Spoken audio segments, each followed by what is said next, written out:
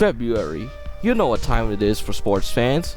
Super Bowl month. There are times of joy and times of disappointment. So here are the best and worst moments of February 2026. Super Bowl 60. Never have I ever been happy about a Super Bowl that doesn't have my team in it. You know what I mean. With the announcement that the Seahawks are the NFC champions competing against the Patriots for the Super Bowl title, it's easy for me to root for the Seahawks after their disaster class that is 49. And almost everybody, Chiefs fans included, are rooting against the Patriots because they kept on winning. In fact, Super Bowl 60 may be the only Super Bowl that resonates with me on a personal level. Now, to be clear, I don't usually talk about my personal life on YouTube, but just for this video, I promise.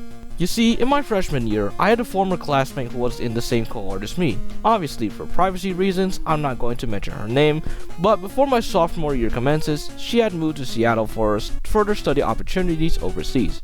Since then, somehow, a 1 in a million outcome, like the universe shifting to my favor, the Seahawks became a juggernaut, going from a 10-7 to clinching the NFC West and 1 seed. Hell, they even have a new nickname for their new defense, the Dark Side, basically Legion of Boom 2.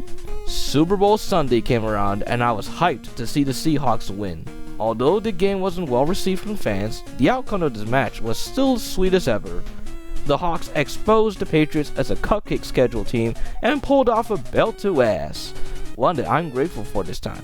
Sam Darnold became the first quarterback from the 2018 draft class to win a Super Bowl ring before Josh Allen, Baker Mayfield, and Lamar Jackson.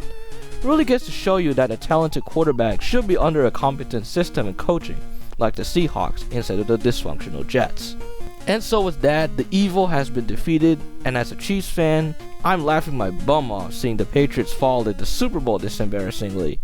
With the Seahawks clinching the Lombardi Trophy, I sent one message to my former classmate that her city deserved it. That's how you know that Super Bowl 60 resonates with me on a personal level. As for what's next, the NFL had unveiled their logo for Super Bowl 61, and it's clear that the Patriots are not coming back to the Super Bowl.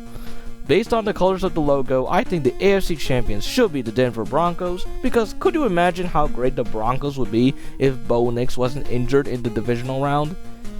In conclusion, although the Chiefs aren't in it, seeing the Patriots getting their asses kicked by the very team that previously beat a decade ago is one sweet revenge that we would never see again. Seattle made a gamble by signing Sam Darnold and Cooper Kupp, and it paid off incredibly well with the Super Bowl title.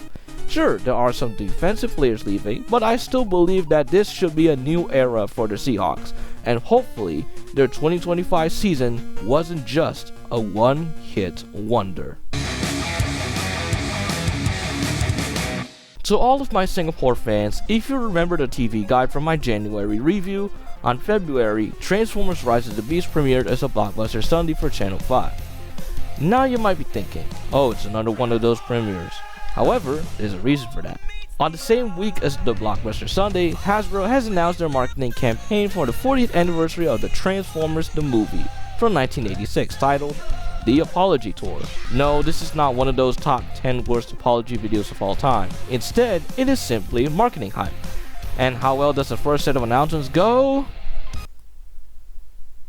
Not great. Buy our toys. This is a toy advert that hates itself. Buy our toys. It's not the worst thing to ever happen in 2026, but as a Transformers fan, I was let down by it, especially during the year-long celebration of the 40th anniversary of Transformers the movie. But to be fair, there are some good and bad announcements, so I'm going to rank them from worst to best. With that being said, let's get started. Coming in at dead last is Wheeljack, still using the Earthrise mold, and it's no different from the Devastation Redeco. Recycled garbage. Sunstreaker. I do not own this figure, but it's literally the same figure from the multi-pack, which is a re-release of the Earthrise mold. Recycled garbage. Shockwave. I guess if you wanted to be compatible with your Age of the Primes Bruticus, but if you already own the Siege figure, skip this version. Recycled garbage. Astro Train. God, this looks worse than the Siege mold. Sure, the Siege mold has its own issues, but instead of improving these issues at the same leader price point, this figure doubled down on the stupidity and makes the entire figure more messy. I mean, I guess the train mode is the best out of all the 3 modes, but we're talking about a transformer here. And as that, I suggest you look for an available copy of the Siege mode instead of this piece of shit. Skywarp. No surprises here. A killer redeco to an already killer mode. I hope this figure is sold at general retail, unlike the Siege and Nerf Prize modes that are sold as either online exclusives or multi-packs. Still, a must buy if you want to complete the trio. Now all we have to wait for is the Starscream.